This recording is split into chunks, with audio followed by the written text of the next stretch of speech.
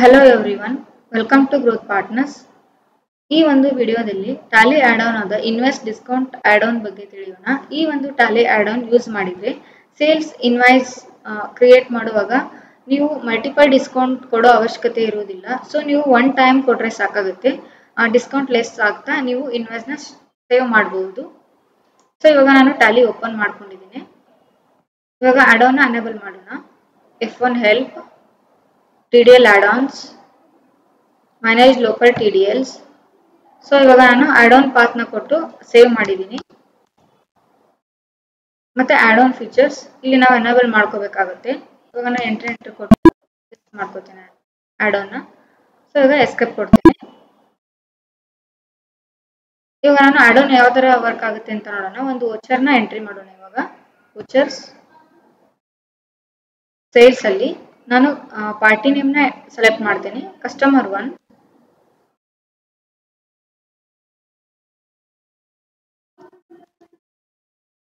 ಇವಾಗ ಡಿಸ್ಕೌಂಟ್ ನಾನು 10% ಕೊಡ್ತೀನಿ.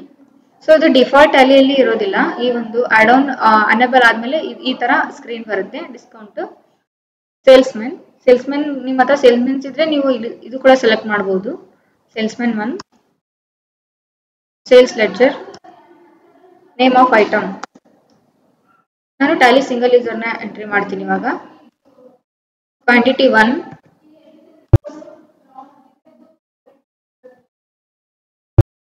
ಇವಾಗ 10% ಲೆಸ್ ಆಗಿ ನಿಮಗೆ ನೀವು ಸೇವ್ ಮಾಡಬಹುದು. ಈ ಎಂಟ್ರಿನ ಸೇವ್ ಮಾಡ್ತೀನಿ ಇವಾಗ.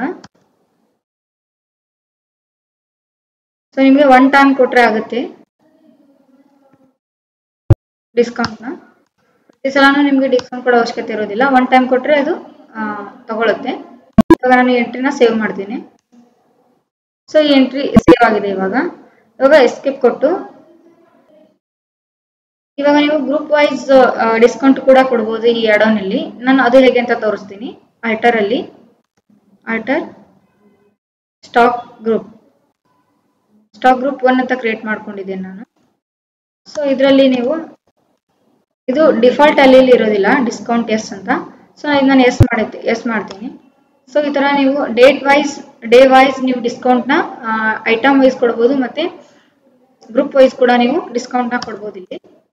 ಸೊ ಎಸ್ ಮಾಡಬಹುದು. ಈ ಒಂದು ಆಡ್ ಆನ್ ನಿಮಗೆ ತುಂಬಾ ಹೆಲ್ಪ್ಫುಲ್ ಆಗುತ್ತೆ.